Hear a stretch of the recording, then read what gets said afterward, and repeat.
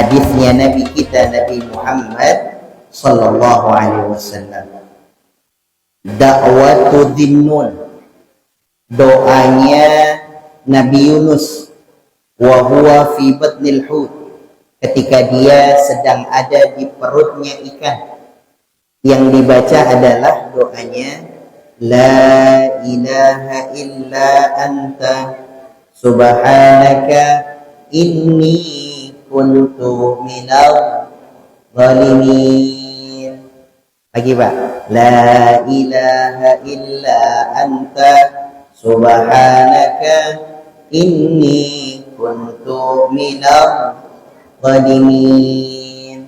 Para ulama ngajarin juga kepada kita Pak, kalau kita ada di dalam kegelapan, gelap itu diartikan kesulitan, gelap diartikan kesempitan, maka zikir dan doa yang kita perbanyak adalah kalimat la ilaha illa anta subhanaka inni kuntu minadh dhalimin. Baca terus zikir ini Pak, karena Nabi Yunus berada di dalam 3 kegelapan. Kegelapan berada di perut ikan, kedua kegelapan di waktu malam, ketiga kegelapan di bawah lautan. Bayangkan ya, ada di dalam laut masih diberikan keselamatan dengan berdoa sama Allah. Maka sama juga dengan kita Pak, kita ada urusan, kesulitan, maka dipermudah dengan perbanyak doa la ilaha illa anta subhanaka inni kuntu minadh dhalimin. Lam yad'u biha rajulun muslimun, tidaklah berdoa seorang muslim fi syai'in qat, di dalam segala urusannya. Doa ini apabila dibaca oleh seorang yang berislam dan beriman, illa istajaballah, kecuali Allah mengabulkan, mengistijabahkan doa-doa yang kita panjatkan. Kapan Ustaz? Maka fa'akthiru, perbanyaklah ma bainal adzan wal iqamah. Pak, perbanyak bacanya di antara azan dan iqamah. Iqamah tuh qomat Pak. Rapi sholat sunnah, adzan dulu kan, Allahu Akbar, Allahu Akbar, sholat qobliyah. Rapi qobliyah, waktunya mundur kan. Sambil nunggu, Bapak boleh berdoa kepada Allah. Salah satu isi doanya atau zikirnya, la ilaha illa anta subhanaka inni kuntu minadh dhalimin. Al-barokah nih Pak, paling mending lah. Qomatnya mendingan. Mendingan tuh masih sedikit agak panjang. Lumayan, masih bisa berzikir la ilaha illa anta subhan. Dan kita punya waktu mundur, alhamdulillah masih nyala kan ya, waktu mundur nih. Jadi Bapak kalau udah selesai sholat sunnah, caranya aturannya gimana Pak Ustadz? Dengerin adzan, setelah mendengarkan adzan sholat sunnah qobliyah, setelah sholat sunnah qobliyah angkat tangan berdoa dulu, lalu setelah berdoa baru berzikir sambil nunggu qomat. La ilaha illa anta subhanaka inni kuntu minadh dhalimin. Mulutnya ngomong doa ini, hatinya berteriak terhadap kesulitan kita Pak. Ya Allah, di dalam hati misalnya, ya Rob, anak saya baru saja minta kepengen kuliah, tapi saya nggak punya kemampuan. Nah kita minta sama Allah, la ilaha illa anta subhanaka inni kuntu minadh dhalimin. Daftar ke UIN Pak, anaknya nggak pinter, anaknya nggak cerdas, nilainya nggak bagus, tapi pas tes Pilihan-pilihan yang dia pilih dibimbing sama malaikatnya Allah. Lolos Pak, lulus. Allah mau, Allah berkehendak, Allah tinggal bilang kun fayakun. Maka antara azan dan iqamah biasain dengan kalimat la ilaha illa anta subhanaka inni kuntu minal zalimin. Dah. Faqala Nabi, dan berkata Nabi kita mulia Nabi Muhammad sallallahu alaihi wasallam, ad-du'a yanfa'u mimma nazal wa mimma lam yanzil. Doa, Allah akan pandang doa kita ketika Allah kabulkan, dan Allah akan melihat bagaimana sikap kita ketika belum dikabulkan. Saya ulang nih Pak. Doa kita, ad-du'a'u fima nazal wa fima lam yanzal. Orang kalau berdoa bisa dilihat apakah doanya ikhlas, ridha atau enggak, bisa dilihat. Kalau doanya diijabah, berarti dia bersyukur. Kalau dia belum diijabah, dia tetap berprasangka baik kepada Allah. Prasangka baik kepada Allah. Dah, minta Pak. Minta benar-benar. Masih ingat kita nih Pak? Kemarin salah satu jamaah rombongan saya Pak, itu adalah anaknya Pak Rahmat Gobel. Berarti yang punya Panasonic Pak. Cerita nih, anaknya cerita Pak Heri. Yang punya ini aslinya Pak, itu kakeknya. Jadi dulu di atasnya kakek, buyutnya itu masih dalam keadaan sulit. Lalu minta sama Allah diberikan kemudahan rizkinya. Nggak dikasih di lettingnya, apa masanya, di masa hidupnya, tapi dikabulkannya ketika dia sudah meninggal, dianugerahkan kepada anak-anaknya. Pak, Bu, minta keluasan rizki kepada Allah. Kalaulah Allah tidak kabulkan kita sekarang, Allah kabulkan ke anak turunan kita. Nah, ini yang kemudian menjadi bagian perkara-perkara yang buat kita baik sangka kepada Allah. Kita minta gini Pak, dengarkan baik-baik nih Pak. Allahumma yassir lana ziyaratal Makkah wal Madinah. Ya Allah, mudahkan saya bisa sampai ke Mekah dan ke Madinah. Sampai kita wafat. Contoh saja nih Pak. Sampai kita wafat, ternyata kita nggak sampai ke Mekah ke Madinah. Tapi Allah mendengar doa kita Pak. Anak turunan kita tidak ada yang nggak sampai ke Mekah ke Madinah. Semuanya sampai. Kenapa Mbak? Karena doanya orang tua. Dan meskipun kita nggak sampai, Allah tetap catat pahalanya. Ada badal haji, betul ya Pak?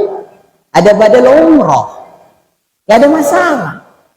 Ini kekuatan doa. Makanya doa tuh baik sangka terus sama Allah. Jangan pernah putus asa.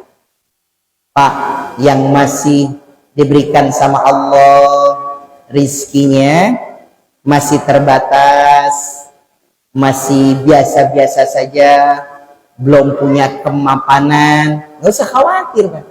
Doa, minta sama Allah. Kalau nggak nyampe ke kita, sampai ke anak turunan kita. Dan minta, Allahumma yassir lana ziyaratal Makkah wal Madinah. Kalaulah Allah kau takdirkan hamba bisa sampai ke Mekah ke Madinah, mudahkan sampai ke Mekah dan ke Madinah. Makanya Pak, yang sudah umroh nggak boleh kecil hati tentang haji. Pak Ustadz saya udah umroh, berarti sekarang doanya haji. Ya Allah, bisa sampai di tanah Arafah melaksanakan ibadah haji. Tapi lama Pak Ustadz, 25 tahun daftarnya. Lama, ada yang sampai 30 tahun. Nah itu urusannya Allah. Yang penting kita minta terus sama Allah. Jangan putus asa dari rahmat Allah. Dua, coba. Satu, ad-du'a yanfa' mimma nazal wa mimma lam yanzal. Andai doa kita tidak dikabulkan buat kita, dikabulkannya buat siapa, Pak? Buat anak turunan kita. Diulang. Andai doa tidak dikabulkan kepada kita, dikabulkannya ke siapa? Ke anak turunan kita. Jangan berhenti. Jangan putus asa, Pak. Beneran, saya tuh ngerasa banget kita hidup nih adalah tetesan-tetesan doanya orang tua. Guyuran malah. Kayaknya kalau nggak sama orang tua tuh nggak nyampe gitu, Pak. Saya kadang-kadang suka mikir, Bapak, nih ya, jalan ke yang ada Taman Puring tuh, Pak. Ada tukang bubur namanya bubur bubur Furoda apa Haji Furoda. Ramenya tuh, Pak. Di mana tuh, Pak? Dekat makam Barito ada bubur apa itu? Bubur Barito. Bapak ngobrol deh sama yang punya deh, Pak. Siapa ini, gimana caranya sampai bisa jualan kayak gitu? Jawabannya apa deh, Pak? Jawabannya apa? Ini usaha mulainya dari orang tua. Mulainya masih gerobak, Mbak. Jual gerobak, Pak. Lalu bapaknya berdoa bilang, mudah-mudahan ini dagangan bisa rame nanti pas kamu pegang. Pas siapa? Pas kamu yang pegang. Siapa kamu nih, Pak? Anaknya, Pak. Dipegang anaknya dagang, Pak. Ya Allah. Untuk bawa apanya itu, Pak? Apa itu namanya? Buburnya aja harus pakai mobil bak, Pak. Allahu Akbar. Kita tuh nyebur di situ masih bisa kayaknya, Pak. Saya berenang di situ masih bisa. Saking apa? Saking besar. Dan memang nikmat, beda daripada yang lain. Saya pengen bilang apa? Pak, yang berdagang, kalau ada nih yang berbisnis, minta sama Allah, ya Rabb, berikan rizki yang luas, manfaat tanpa melalui jalur maksiat. Kalau Allah nggak kasih ke kita, Allah kasihnya ke siapa, Pak? Ke anak-anaknya kita, Pak. Nih anak-anak ini nih, anak-anak yatim yang sekarang kita undang, terus kemudian mereka mendoakan kita. Kali ya, Pak, hidup mereka sekarang tanpa orang tua, tapi doanya orang tua menyertai mereka. Besok mereka tuh yang bakalan nyenengin yatim-yatim lainnya, kan? Kita nggak ngerti, makanya ad-du'a yanfa'u bima nazal wa lam yanzal. Doa kalau dikabulkan sama Allah, alhamdulillah. Kalau nggak dikabulkan sama Allah sekarang, baik sangka, bisa jadi akan dikabulkan di anak turunan kita. Udah, ini yakin aja udah. Kenapa bisa kayak gitu, Ustaz? Wa idza sa'alaka ibadi anni fa inni qarib. Kalau ada orang yang berdoa kepadaku, kata Allah, aku pandang doa-doanya, Pak. Aku pandang doa-doanya. Allah lihat doa kita, Pak. Ini dikasih hujan nih, Pak. Ada dua orang, ada yang kesel sama hujan, ada yang berdoa ketika hujan. Ada yang pas hujan, ya elah pakai hujan lagi. Kalau ada hujan, resikonya rumah mulai bocor. Kenapa ya, Pak ya? Padahal udah dibikin beton, udah dicor, tetap aja ada yang rembes, ada tuh. Nggak ngerti saya juga tuh. Ya namanya buatan manusia, Pak. Manusia tuh. Ada orang yang kesel sama hujan, Ada orang yang malah turun hujan, dia malah berdoa karena tahu ilmunya. Allahumma sayyiban nafi'an. Ya Allah, kasih ini hujan-hujan yang bermanfaat. Kabulkan saya punya doa. Dah. Ad-du'a fima nazal wa lam yanzal. Diulang. Yang pertama hadisnya. Kata Nabi, tabarrukan, ngambil barokahnya daripada Nabi Yunus waktu berada di kegelapan perutnya ikan, kegelapan malam dan di kegelapannya lautan, membaca la ilaha illa anta subhanaka inni kuntu minadh zalimin. Ini kita dawamkan. Kapan Ustaz? Ma bainal adzan wal iqamah, setelah sholat sunnah qobliyah, setelah kita berdoa sambil berzikir, di antara zikir yang boleh dibaca menuju qomat, iqamah, menuju jam mundur 1 menit, masih sisa 30 detik, yang kita baca la ilaha illa anta subhanaka inni kuntu minadh zalimin. Diterjemahin gimana? Hanya engkau ya Rabb yang kami sembah. La ilaha illa anta subhanak, maha suci Allah, maha agung Allah. Inni kuntu minadh zalimin. Ngerasa ngerendahkan diri kita di hadapan Allah bahwa kita termasuk orang-orang yang zalim di hadapan Allah, Pak. Ngerendah kita. Kedua, kata Nabi Shallallahu Alaihi Wasallam, kalau kita meminta kepada Allah, fima nazal, diturunkan, dikabulkan, sudah terima, alhamdulillah. Kalau belum, wa fima lam yanzal, fa'alaikum ibadallah bid-du'a. Kalau doa kita tidak turun kepada kita, maka akan turun kepada anak turunan kita. Itu kenapa orang istiqomah terus berdoa. Ada kisah nih Pak ya, dibacain nih kisahnya. Singkatnya begini. Ada seorang ibu Pak, dari keluarga yang biasa. Ibu ini berdoa terus, ya Allah, mudah-mudahan bisa punya anak turunan yang alim banget.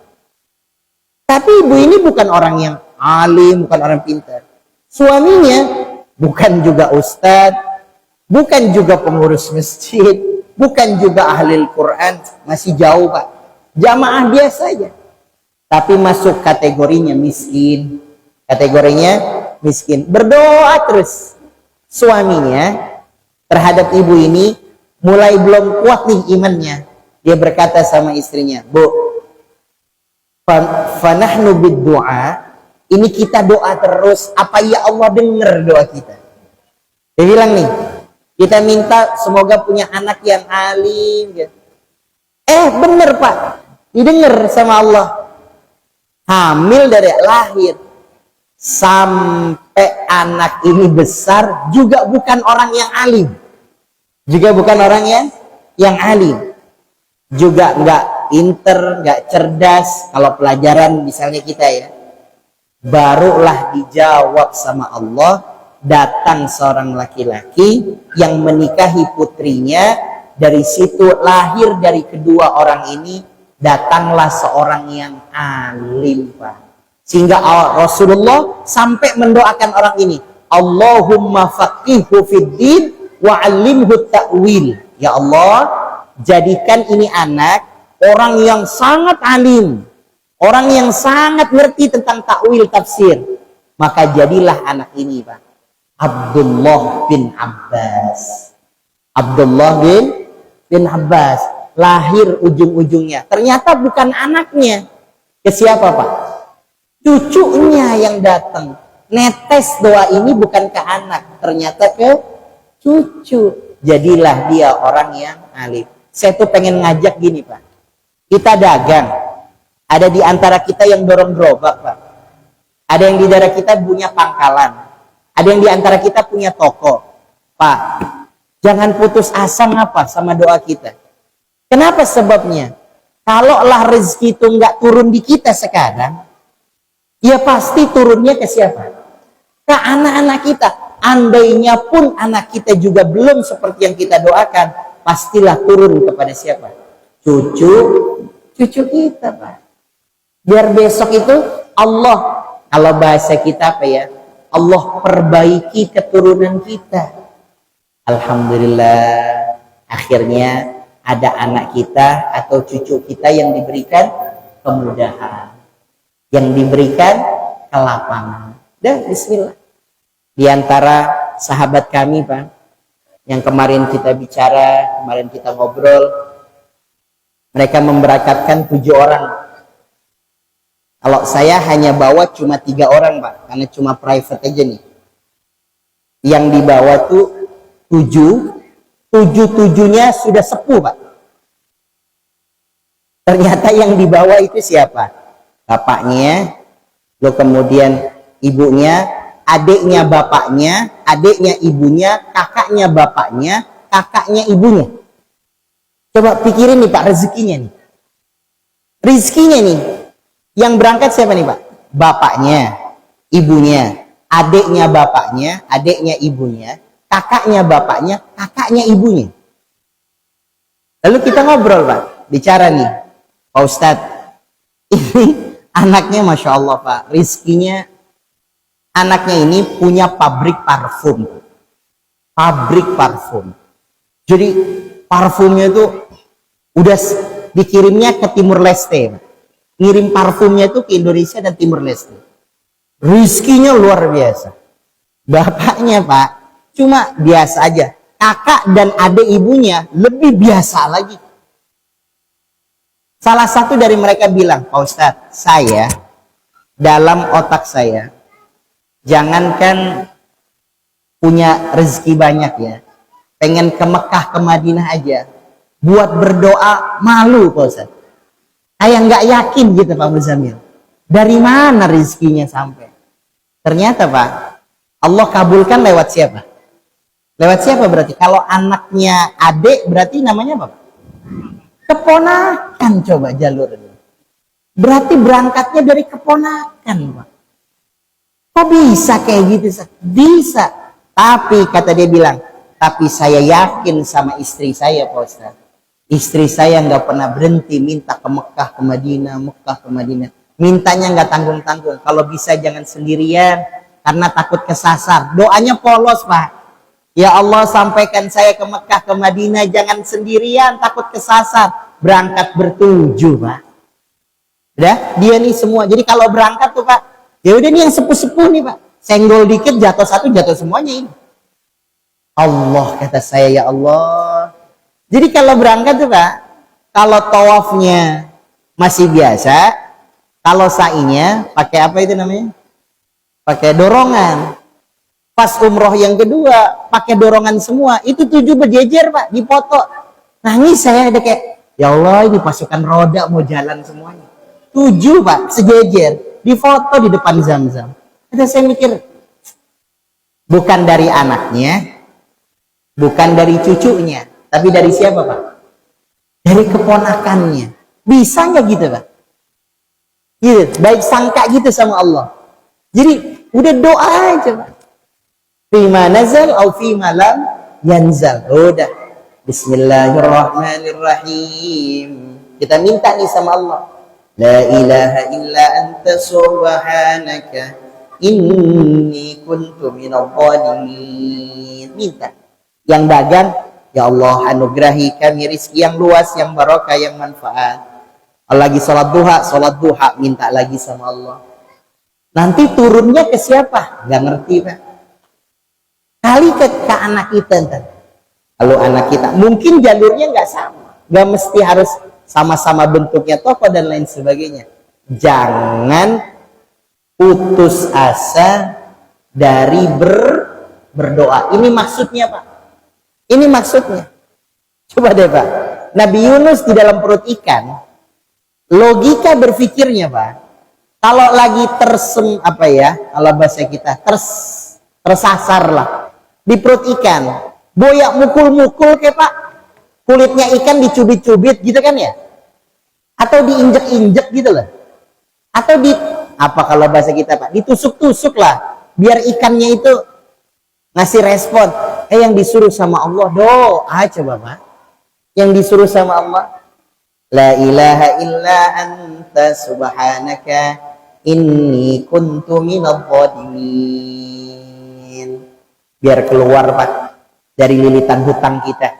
La ilaha illa anta subhanaka inni kuntu minadh dhalimin. Biar keluar Pak dari urusan keluarga, adik kakak yang gak tegur sapa. Silaturahim putus Pak gara-gara warisan, gak tegur sapa. Yang bermasalah tuh udah kakek nenek kita, tapi nggak tegur sapa sampai cucu-cucunya. La ilaha illa anta subhanaka inni kuntu minadh dhalimin. Biar bisa keluar Pak dari urusan pekerjaan.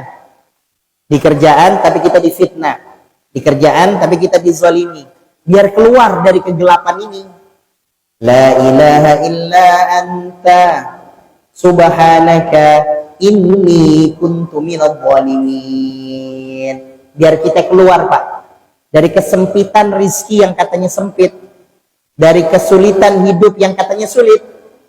La ilaha illa anta subhanaka inni kuntu minadh dhalimin. Biar keluar Pak, biar nanti saya dan anak turunan saya nggak ada lagi yang kena jeratan-jeratan fitnah, jeratan-jeratan kezaliman.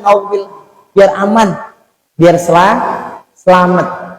La ilaha illa anta subhanaka inni kuntu minadh dhalimin. Besok Pak, 5 tahun 10 tahun yang akan datang, anak-anak kita yang nyenengin kita, baru kita sadar ini nih doa yang udah kita panjatkan nih, yang lahir, yang netesnya sekarang.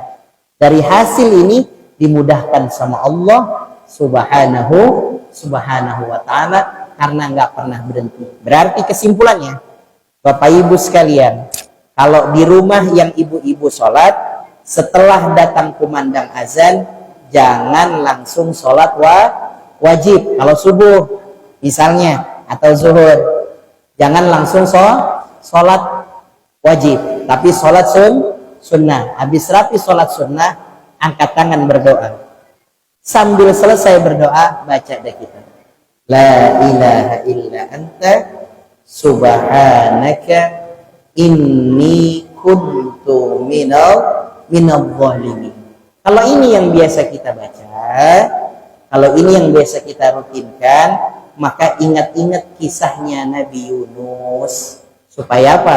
Supaya kita bisa bebas keluar dari kesulitan. Pak, kasih tahu anak-anak kita. Kalau kita kayak udah pengalaman nih Pak, anak-anak kita nih yang udah berumah tangga, yang rumah tangganya mulai retak, rumah tangganya mulai, ini kan kita lagi rame nih Pak sekarang nih, dikit-dikit selingkuh, dikit-dikit zina selingkuh. Hari ini dipertontonkan Pak di media sosial, yang diobrolin itu obrolan tertinggi sekarang yang ada di media sosial, di Instagram, Facebook, TikTok, obrolan tentang perselingkuhan Pak.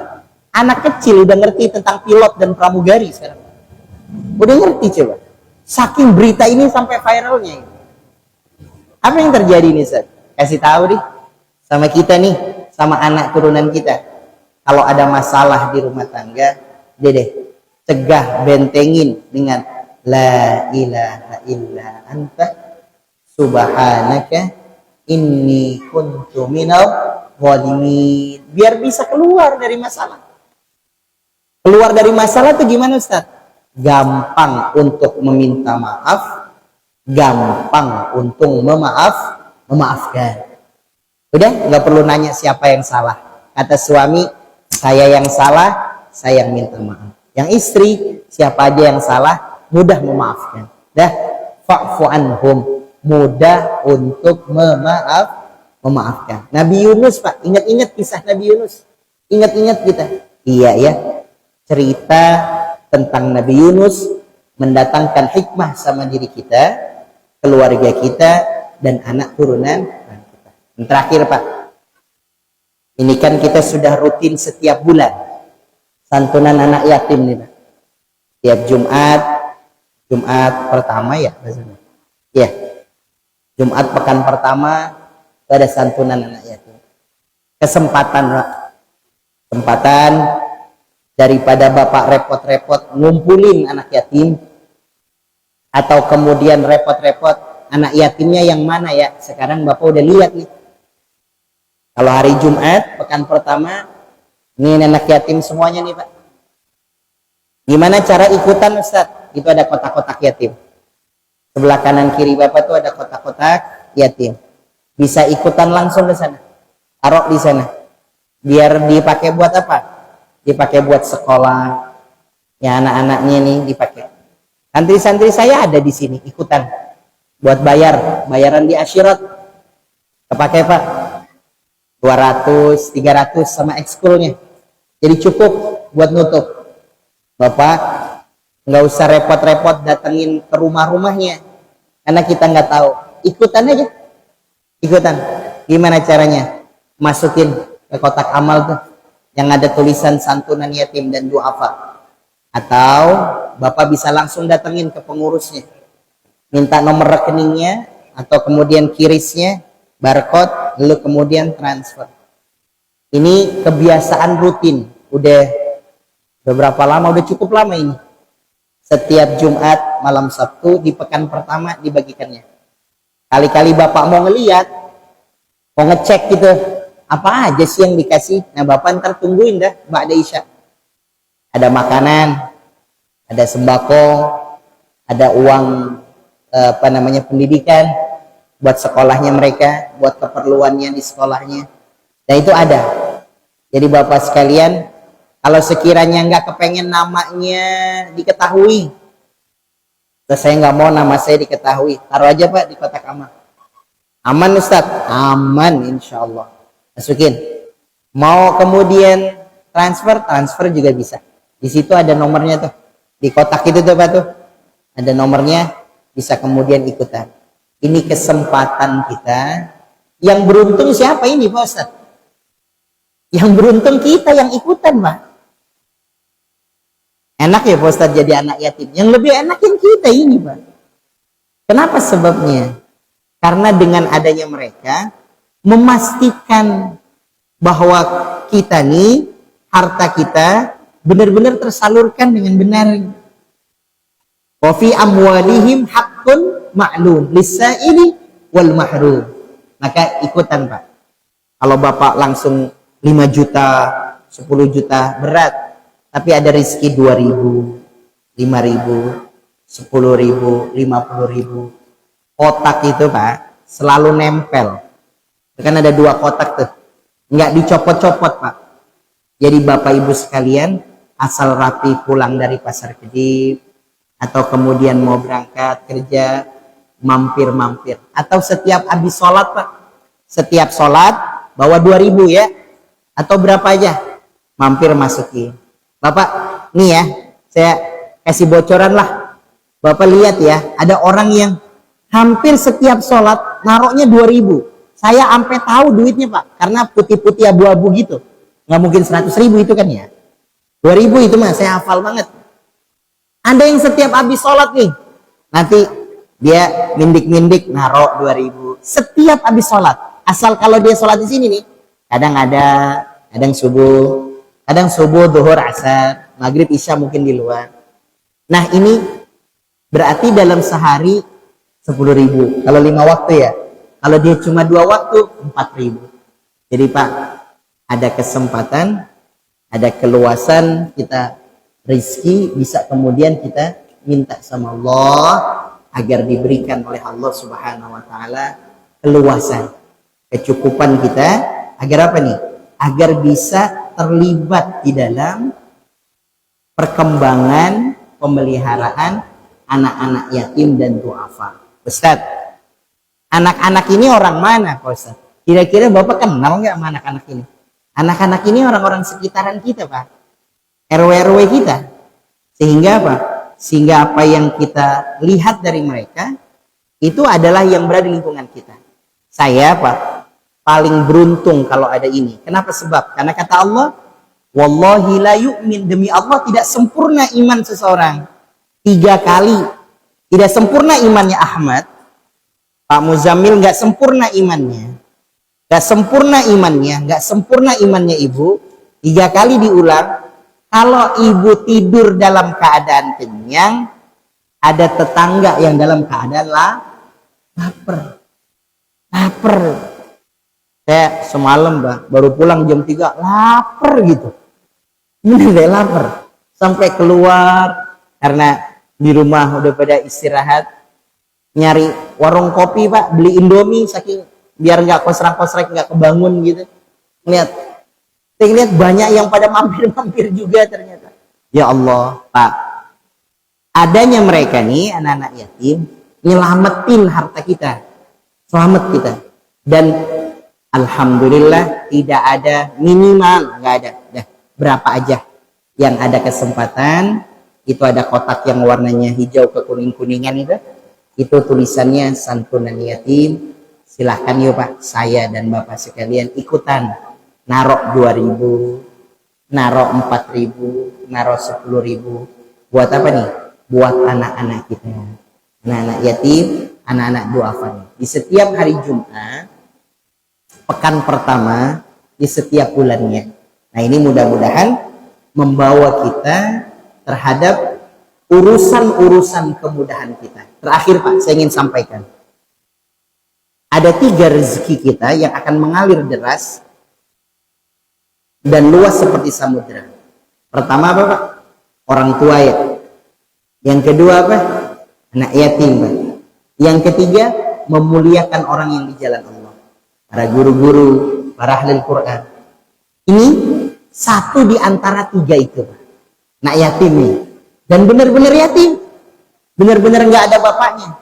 Dan maaf ya Pak, sekali lagi nih, Bapak akan melihat selalu deh, kalau ngelihat anak yatim, kenapa lebih lincah ya Pak? Kalau bahasa kita, kenapa nih petakilan? Kalau bahasa kita nih Pak ya. Kalau bahasa kita, kok ini orang kayak gini?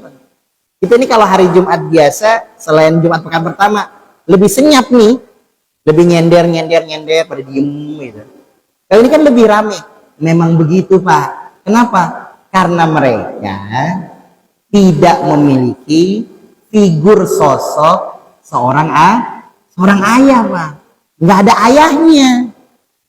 Sementara ibunya berjuang untuk memenuhi kebutuhannya, berjuang juga untuk pendidikannya, sehingga waktunya terbatas. Jadi maklumlah atas keterbatasannya. Makanya kita pengen ikut bantu. Ayo bismillah dah.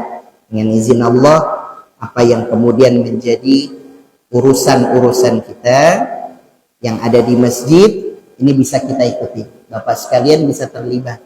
Dan ini perkara yang mulia Bang. Perkara yang mulia. Dan alhamdulillah Pak. Alhamdulillah benar.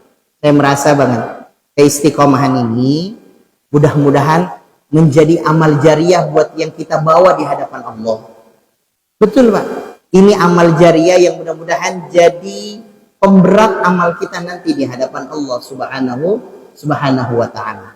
Ada yang bertanya, Pak Ustadz, kita ngasih uang nih ke anak yatim, tapi anak yatimnya nggak pinter, kasih pendidikan nih, anak yatimnya nggak cerdas, nggak ranking gitu Pak di sekolah, malah punya masalah. Sedekah kita nggak ada masalah Pak, nggak ada masalah, nggak ada masalah. Mau bagaimanapun keadaan anaknya, yang penting kita mau mengeluarkan, ikutan bersedekah. Mudah-mudahan apa yang kemudian Bapak Ibu berikan, Allah balas dengan balasan yang berlimpah. Mudah-mudahan rezeki yang dikeluarkan bisa membawa kita kepada keberkahan. Allah lepaskan kita dari kesulitan, Allah lepaskan kita dari lilitan hutang piutang, Allah lepaskan kita dari kesempitan, dan Allah berikan kita kecukupan, kemapanan terhadap diri kita, dan Allah berikan juga kecukupan, kemapanan terhadap anak-anak turunan kita. Bapak Ibu sekalian, maka 3 hal ini yang harus diingat. Doa kita selalu membaca la ilaha illa anta subhanaka inni kuntu minadh dhalimin. Biasakan baca di antara azan dan iqamah. Setelah sholat sunnah, setelah kita berdoa, kita baca lagi sambil menunggu waktu iqamah. Di antara zikir yang dianjurkan adalah kalimat la ilaha illa anta subhanaka inni kuntu minadh dhalimin. Yang ketiga, jangan pernah putus asa, berburuk sangka dari doa yang kita panjatkan. Kalaulah doa tersebut tidak turun kepada kita, maka dengan izin Allah, insya Allah akan turun kepada anak kita. Kalau enggak ke anak kita, maka akan turun kepada anak turunan kita. Yang keempat, kesempatan kita untuk menambah pundi-pundi amal soleh kita. Di masjid kita sudah ada rutinan kepada anak-anak yatim dan duafa, nyenengin mereka. Ayo ikutan, ayo terlibat. Caranya gimana Ustaz? Banyak banget caranya. Kalau sekiranya kita sungkan, malu untuk ketemu langsung dengan pengurus masjid takmirnya, Bapak bisa ikutan di kotak amal yang ada tulisan santunan anak yatim dan duafa. Kalau Bapak sudah lebih maju lagi, kepengen transfer, kepengen pakai kiris misalnya, juga sudah disiapkan di pintu masjid itu udah ada barcode-nya, bisa ikutan buat kiris, bisa ikutan buat sedekah, atau juga dengan ditransfer.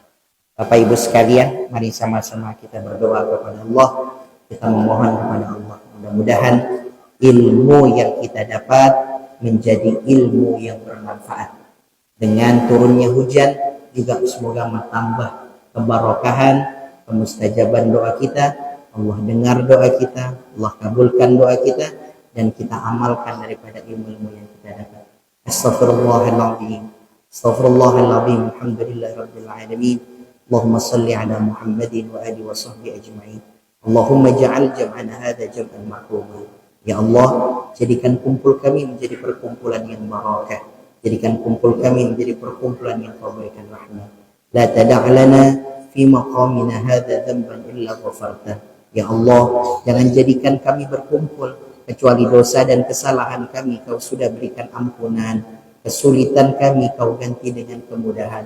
Di antara kami yang masih terlilit dengan tanggungan, berikan jalan agar mereka bisa menyelesaikan dan sabar dalam menjalankannya.